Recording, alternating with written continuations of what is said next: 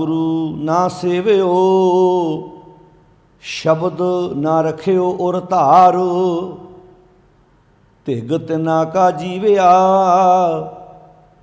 कित आए संसार। गुरमति भौ मन पवै, तां हर रस लगै प्यार। नाउ मिलै तुर लिखिया, जन नानक पार उतार। गुरमति भौ मन पवै, तां हर रस लगै प्यार।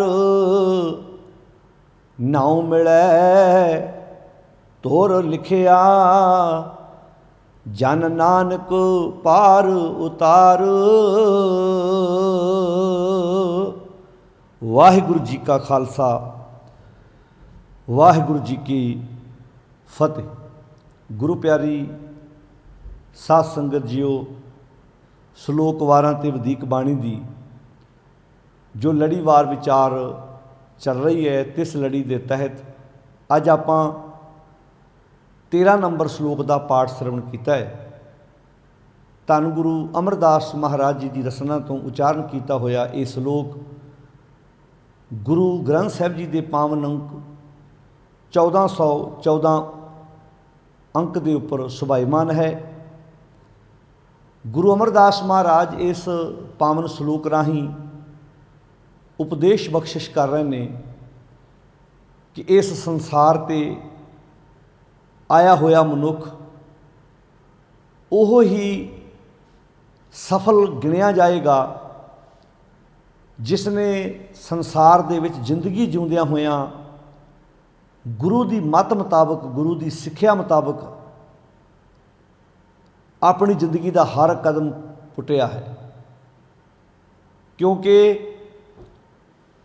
मनुखी जीवन की अगवाई जदों गुरु की मत करती है तो जीवन खूबसूरत बनता है। जदों मनुखी जीवन की अगवाई मन की भैड़ी मत करती है तो जीवन कोझा बनता है।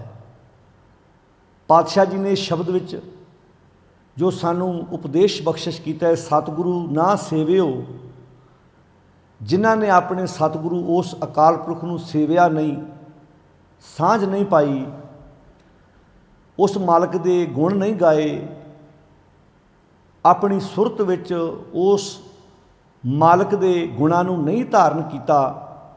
शब्द ना रखियो और धार, और धार दा अर्थ है अपने हिरदे विच गुरु दे शब्द नूं धारिया नहीं, टिकाया नहीं, ग्रहण नहीं किया। पातशाह की कहोगे उन्हां बारे? कहते धिग तिना का जीविया, फिटकार है ऐसे जीवन ते कित आए संसार। इहो जे जीवन संसार विच आए ना आए एक बराबर नहीं। इहदा अर्थ गुरु के शब्द की बहुत वड्डी महानता है। गुरु के शब्द तो बिना जीवन जीना, गुरु के शब्द तो बिना जिंदगी बतीत करनी, इन्नियां लाहणतां उस जीवन के उत्ते सतगुर ने पाईयां ने। तो एक गल का ख्याल रखियो, इत्थे गल आई है और धार, कला बाहरी तौर पर गुरु नूं वेखण नाल गल नहीं बननी। सतगुर नूं सब को वेखदा जेता जगत संसार जिथे मुक्त ना होवे जिचर शब्द ना करे विचार। जिवें मरीज सिर्फ डॉक्टर नूं देखण नाल ठीक नहीं हुंदा, वो दवाई नूं अखां नाल वेख लवे, मैडिसन नूं अखां नाल वेख लवे, हॉस्पिटल नूं अखां नाल वेख लवे, ठीक नहीं हुंदा। ईवन इत्थों तक दवाई नूं अपने हत्थ की तली ते रख के भी कवे वेखो जी दवाई तो मेरे कोल है, तां भी ठीक नहीं हुंदा। ईवन इत्थों तक दवाई वो अपने अंदर लगा लवे, कल्ले अंदर लगाउण नाल भी ठीक नहीं होना, उन्होंने नाल परहेज करना पैना। मान लो दवाई खाण तो बाद वो परहेज ना करे, जिहड़ियां चीज़ां उन्होंने खाण तो रोकिया होया वो चीज़ां फिर खाई जावे, मैडिसन ने अपना असर नहीं करना। इदां ही मनुख गुरु दे नाल कर रहा है। गुरु की सिक्ख्या, गुरु का उपदेश बाहरी तौर पर मत्थे टेक लैने, परिक्रमा कर लैनियां, ये सेम इदां जिवें कोई स्टूडेंट स्कूल दियां परिक्रमा करके घर नूं परत आवे, प्रिंसीपल दी चेयर नूं मत्था टेक के घर तोर आवे, तो सियाणा कहेगा भलिया इदां थोड़ा एजुकेशन, इदां थोड़ा पढ़ाई आउंदी है, तैनूं पढ़ना पैना क्लास विच बैठ के, तैनूं कई घंटियां दी रोज़ाना मेहनत करनी पैनी है। हुण इत्थे शब्द गुरुदेव ने वरतिया है कि और धार हिरदे दे विच अपने उस सिੱਖਿਆ नूं धारण करना। अज हिरदे विच असीं गलत सिੱਖਿਆ धारण करके बैठे हैं, इस करके अज मनुखी जीवन कोझे बनते जा रहे हैं, बेताले होंदे जा रहे हैं। तो पातशाह कहते हैं सतगुरु ना सेवियो, जिन्हां ने सतगुरु नूं सेविया नहीं, सतगुरु की सिੱਖਿਆ नूं अपने अंदर धारण नहीं किया, शब्द ना रखियो और धार शब्द नूं, गुरु के उपदेश नूं। वेखो आपां पहलां भी गल कर चुके हैं भी शब्द शब्द विच फर्क हुंदा है।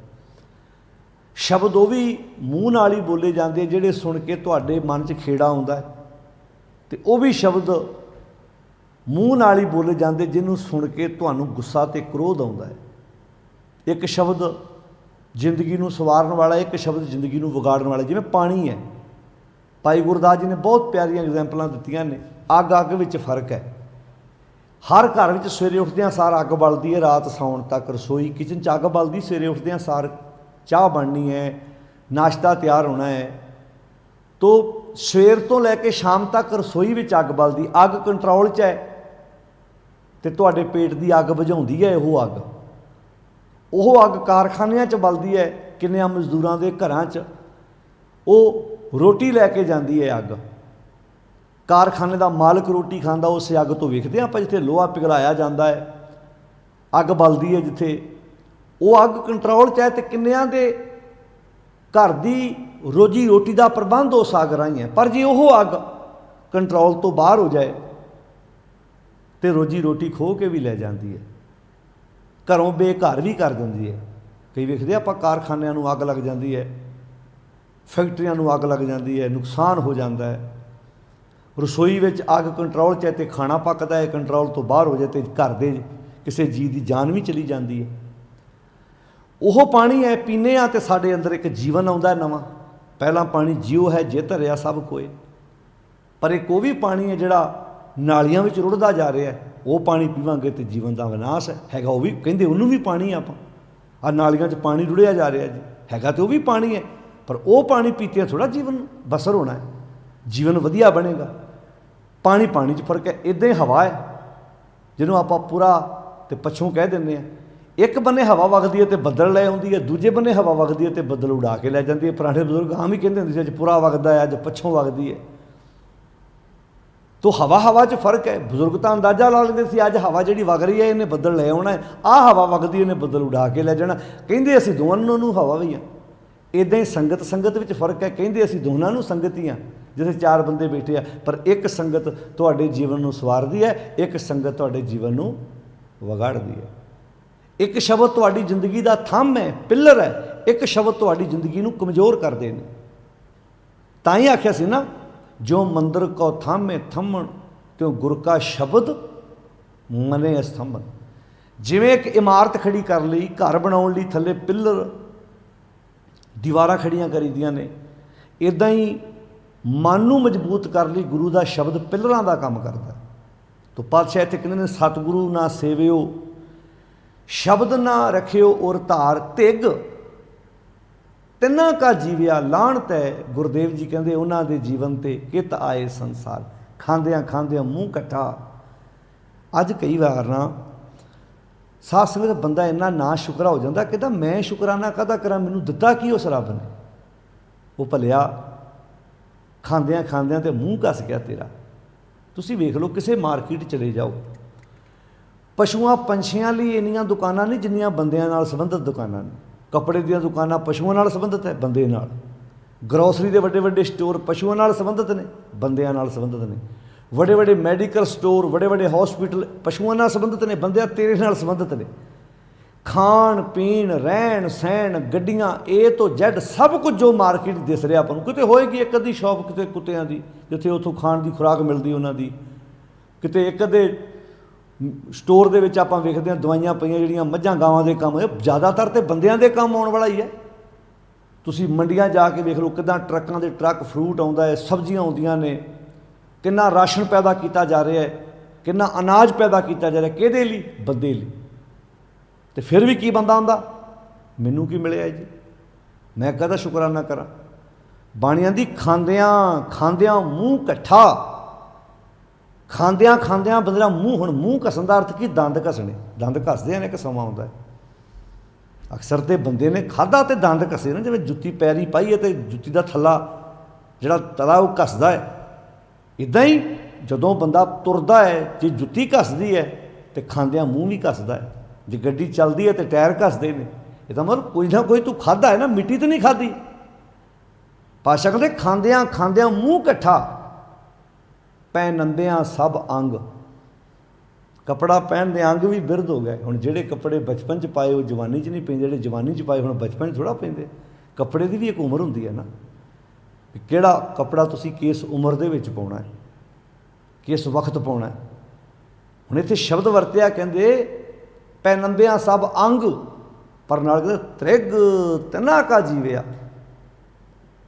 ਇੱਥੇ ਲਿਖਿਆ ਤਿਗ ਤਨਾ ਕਾ ਜੀਵਿਆ, ਕੀਤਾ ਇਹ ਸੰਸਾਰ ਉਸ ਤਿਗ ਤਨਾ ਕਾ ਜੀਵਿਆ। ਸੱਚ ਨਾਲ ਲੱਗੋ ਰੰਗ, ਰਾਗ ਕਿਹਦੇ? ਪਿਆਰ ਨੂੰ। ਜੇ ਅਜੇ ਵੀ ਤੇਰਾ ਸੱਚ ਨਾਲ ਪਿਆਰ ਨਹੀਂ ਬਣਿਆ ਤੇ ਕੀ ਫਾਇਦਾ ਤੇਰਾ ਦੁਨੀਆ 'ਤੇ ਭਾਈ ਆਉਣ ਦਾ? ਬਈ ਇਹ ਤਾਂ ਮਤਲਬ ਦੁਨੀਆ 'ਤੇ ਆਉਣ ਦਾ ਤੇਰਾ, ਜਿਵੇਂ ਸਟੂਡੈਂਟ ਨੂੰ ਮਾਂ ਨੇ ਵਰਦੀ ਪ੍ਰੈਸ ਕਰਕੇ ਦੇ ਦਿੱਤੀ, ਪੂਰਾ ਟਿਫਨ ਪੈਕ ਕਰਕੇ ਦਿੱਤਾ, ਪੂਰੀ ਤਿਆਰੀ ਕਰਕੇ ਭੇਜੀ, ਜੇ ਉਹਨੇ ਸਕੂਲ ਜਾ ਕੇ ਪੜ੍ਹਨਾ ਹੀ ਨਹੀਂ ਤੇ ਕੀ ਫਾਇਦਾ ਉਹਦਾ ਸਕੂਲ ਆਉਣ ਦਾ? ਮਾਂ ਦੀ ਕੀਤੀ ਮਿਹਨਤ, ਸਵੇਰੇ ਉੱਠ ਕੇ ਵਿਚਾਰੀ ਨੇ ਵਰਦੀ ਪ੍ਰੈਸ ਕੀਤੀ, ਉਹਦਾ ਟਿਫਨ ਤਿਆਰ ਕੀਤਾ, ਉਹਨੂੰ ਖਾਣਾ ਬਣਾ ਕੇ ਦਿੱਤਾ, ਬਾਪ ਉਹਦੀਆਂ ਸਕੂਲ ਦੀਆਂ ਫੀਸਾਂ ਤਰਦਾ, ਜੇ ਬੱਚੇ ਨੇ ਪੜ੍ਹਨਾ ਹੀ ਨਹੀਂ ਤੇ ਉਹਦੇ ਸਕੂਲ ਆਉਣ ਦਾ ਕੀ ਫਾਇਦਾ? ਇੱਦਾਂ ਹੀ ਮਹਾਰਾਜ ਕਹਿੰਦੇ ਨੇ, ਜੇ ਤੂੰ ਸੰਸਾਰ 'ਤੇ ਆਣ ਕੇ ਗੁਰੂ ਦੇ ਸ਼ਬਦ ਨੂੰ ਅੰਦਰ ਵਸਾ ਕੇ ਚੰਗਾ ਜੀਵਨ ਬਤੀਤ ਨਹੀਂ ਕੀਤਾ, ਕੀ ਫਾਇਦਾ ਤੇਰਾ ਦੁਨੀਆ 'ਤੇ ਆਉਣ ਦਾ? ਇਹਦੇ ਨਾਲੋਂ ਤੇ ਨਾ ਆਉਂਦਾ, ਕੀ ਫਾਇਦਾ? ਕਦੀ ਆਪਣੇ ਆਪ ਨਾਲ ਸਵਾਲ ਕੀਤਾ, ਇਹ ਸਰੀਰਾ ਮੇਰਿਆ, ਇਸ ਜੱਗ ਮੇਂ ਆਏ ਕੈ? ਇੱਕ ਕੁਐਸਚਨ ਮਾਰ ਕੇ, ਕਿਆ ਤੁਧ ਕਰਮ ਕਮਾਇਆ? ਕਦੀ ਆਪਣੇ ਆਪ ਨਾਲ ਸਵਾਲ ਕਰੋ, ਕਿ ਕਰਮ ਕਮਾਇਆ ਤੁਧ ਸਰੀਰਾ, ਜਾਂ ਤੂੰ ਜੱਗ ਮੇਂ ਆਇਆ ਕਿ ਤਾਏ ਸੰਸਾਰ। ਤੁਸੀਂ ਵੇਖੋ ਅੱਜ ਨੌਜਵਾਨੀ ਦੀ ਹਾਲਤ ਕਿੱਦਾਂ ਰੁਲਦੀ ਫਿਰਦੀ ਹੈ ਨੌਜਵਾਨੀ। ਕੀ ਸਾਰਾ ਕਸੂਰ ਸਰਕਾਰਾਂ ਦਾ ਹੈ?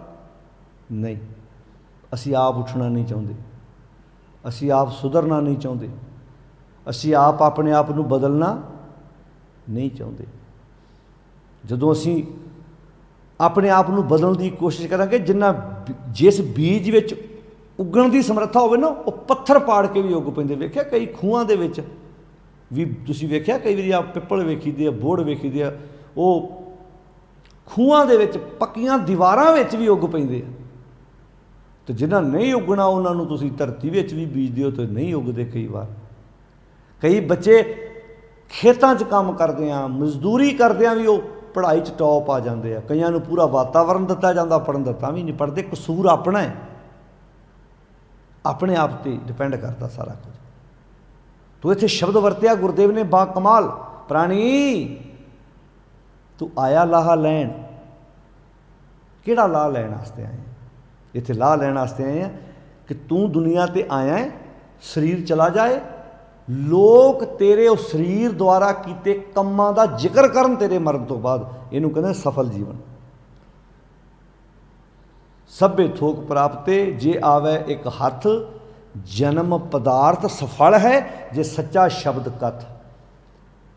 ਜਨਮ ਪਦਾਰਥ ਸਫਲ ਹੈ, ਜਨਮ ਨੂੰ ਇੱਕ ਪਦਾਰਥ ਆਖਿਆ, ਸਫਲ ਕਦੋਂ ਆ? ਜੇ ਸੱਚਾ ਸ਼ਬਦ ਕਥ, ਜੇ ਤੇ ਕੋਈ ਸੱਚਾ ਸ਼ਬਦ ਹੈਗਾ। ਪ੍ਰਾਣੀ ਤੂੰ ਆਇਆ ਲਾਹਾ ਲੈਣ,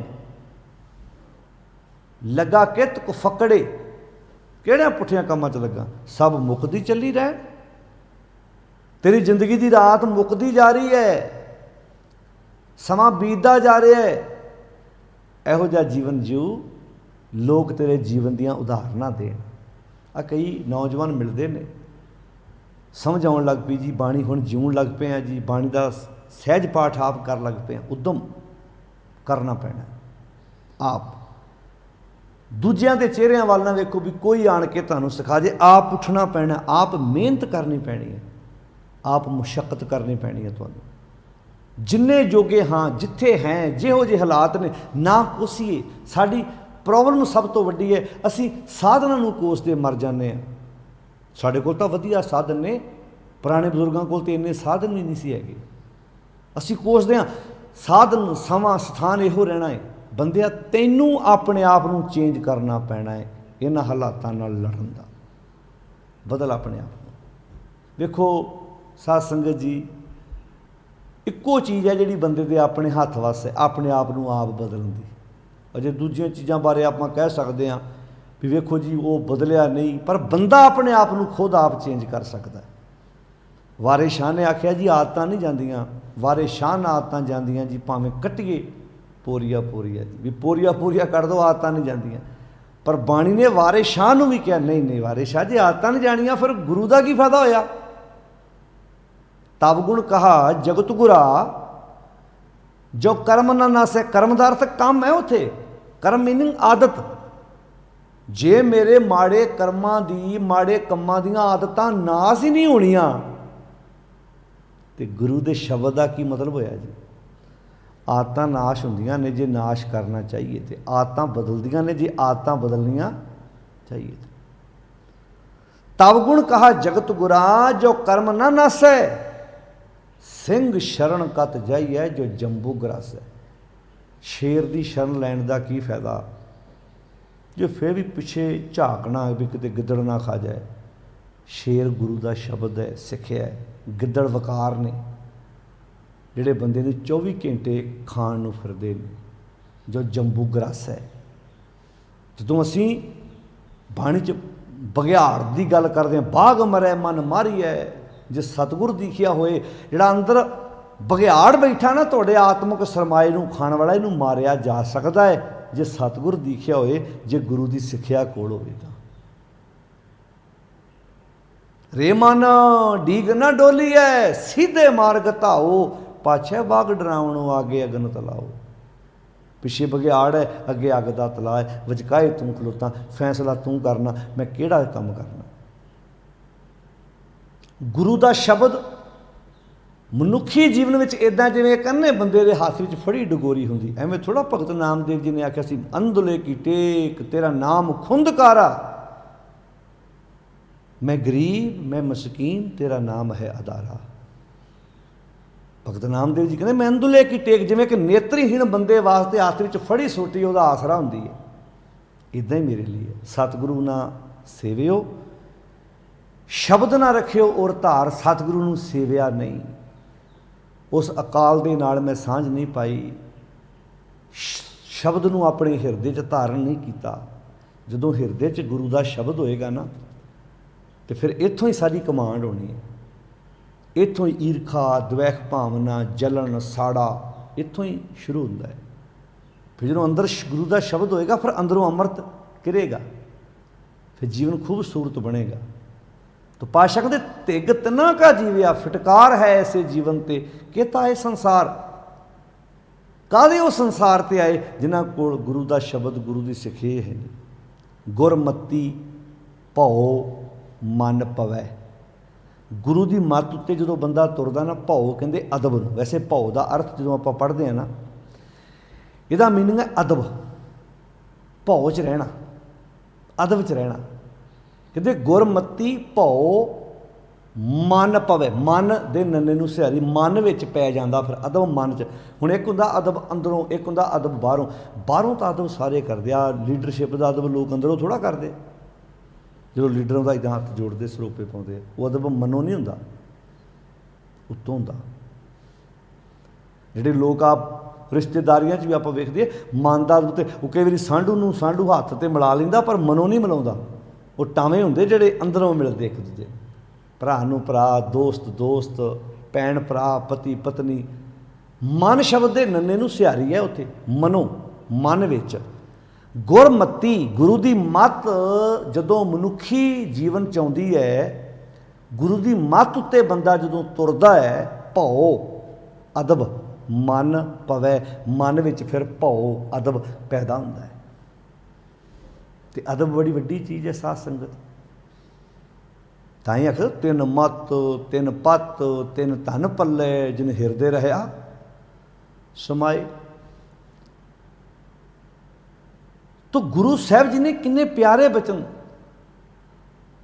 किन्नी प्यारी सिक्ख्या दे के सानू समझाउण दा यतन किया। गुरमती पौ मन पवै तां हर रस लगे प्यार। हरि दे रस नाल प्यार बनता, फिर सुरत जुड़ती है। रस भी उन्होंने आउंदा जिहदे अंदर रस होवे। आप पहलां भी कई बारी गल कीती है, किसी भी चीज़ विचों रस, हुण जदों कोई बंदा कहना मैं तेरियां गल्लां सुन के रस बड़ा आ रहा, बड़ा वो स्वाद तां आउंदा उहदे अंदर पहला स्वाद आ। तुसीं वेखिआ जदों ਜਿਹੜੇ स्टूडेंट नूं टीचर दे कोलों पढ़ के स्वाद आउंदा होवे, वो कल्ले टीचर की पढ़ाई का स्वाद थोड़ा, स्टूडेंट अंदर भी स्वाद सी तां स्वाद आया उन्होंने। जे ਉਹਦੇ ਆਪਣੇ अंदर स्वाद ना ਹੁੰਦਾ ਉਹਨੂੰ टीचर की पढ़ाई का स्वाद आना सी। ਤੁਸੀਂ ਵੇਖੋ ਕਈ ਵਾਰੀ ਬੰਦਿਆਂ ਨੂੰ ਗੱਲਾਂ ਕਰਦੇ ਆ, ਤੁਹਾਡੇ ਨਾਲ ਕੋਈ ਮੁਸਾਫਰ ਬੈਠਾ, ਤੁਸੀਂ ਸਫ਼ਰ ਕਰ ਰਹੇ ਜੇ, ਤੁਸੀਂ ਉਹਦੀਆਂ ਗੱਲਾਂ ਸੁਣ ਕੇ ਆਂਦੇ ਹੋ ਭਾਈ ਸਫ਼ਰ 5 ਘੰਟੇ ਦਾ ਪਤਾ ਹੀ ਨਹੀਂ ਲੱਗਾ, ਬੜਾ ਸਵਾਦ ਆਇਆ ਗੱਲਾਂ ਕਰਕੇ। ਉਹ ਸਵਾਦ ਪਤਾ ਕਿਉਂ ਆਇਆ? ਤੁਹਾਡੇ ਅੰਦਰ ਵੀ ਉਹ ਸਵਾਦ ਸੀ। ਸਵਾਦ ਗਲਤ ਵੀ ਹੋ ਸਕਦਾ, ਸਵਾਦ ਸਹੀ ਵੀ ਹੋ ਸਕਦਾ। ਰਸ ਆ ਜਿਹੜੇ ਲੋਕ ਪੁੱਠਿਆਂ ਕੰਮਾਂ 'ਚ ਪਏ ਵੀ ਤਾਂ ਰਸ ਹੀ ਹੈ। ਜੂਆ ਖੇਡਣਾ, ਵਕਾਰ ਭੋਗਣੇ, ਇਹ ਵੀ ਤਾਂ ਰਸ ਹੈ। ਹੁਣ ਇਹ ਰਸ ਜਦੋਂ ਇਹ ਰਸ ਬੰਦੇ ਦੇ ਜੀਵਨ 'ਚ ਹੁੰਦੇ, ਹੁਣ ਜ਼ਿੰਦਗੀ ਤਬਾਹ ਹੁੰਦੀ ਹੈ। ਪਰ ਇੱਕ ਹਰੀ ਦਾ ਰਸ ਹੈ, ਸੱਚਾ ਰਸ ਹੈ। ਤਾਂ ਹੀ ਬਾਣੀ 'ਚ ਆਖਿਆ ਸੀ ਹਰ ਰਸ ਛੋੜ ਹੋਸ਼ੈ ਰਸ ਮਾਤਾ। ਹੈਗੇ ਦੋਵੇਂ ਰਸ ਹੀ ਆ। ਜੂਆ ਖੇਡਣਾ ਵੀ ਇੱਕ ਰਸ ਹੈ, ਗੁਰੂ ਦੇ ਰਸਤੇ 'ਤੇ ਤੁਰਨਾ ਵੀ ਇੱਕ ਰਸ ਹੈ। ਹੁਣ ਫੈਸਲਾ ਤੂੰ ਕਰਨਾ। ਹਰ ਰਸ ਛੋੜ ਹੋਸ਼ੈ ਰਸ ਮਾਤਾ ਸੁਣੀ ਨਾ ਜਾਈ, सच अमृत का था। हर रस छोड़ होशै रस माता, घर में वस्तु बाहर ही उठ जाता। वस्तु घरे पई सी, बाहर तुरया फिरदा सी। हुण घर वस्तु किहड़ी सी? हरि दा रस ते तेरे अंदर पिया सी, तू बाहर भज्या फिरदा सी। हर रस छोड़ होशै रस माता, घर में वस्तु बाहर ही उठ जाता। सुनी न जाई सच अमृत का था। रार करत झूठी लग आता। रार दा अर्थ लड़ाई, लड़ाइयां करदा झूठियां गल्लां पिछे लग के। झूठे बंदे कोल सच्ची गल करके वेखो लड़न पैंदा कि नहीं पैंदा? हार के फिर दूजे कहते छड्डो परां जी, की लैना तुसीं इहदे नाल मत्था मार के, ये तो लड़ाई दे बहाने भालदा। रस भी साध संगत उहनूं आउंदा जिहदे अपने अंदर रस है। तुसीं कोई फ्रूट खांदे हो, फ्रूट का रस तां आऊगा जे तुसीं ठीक हो।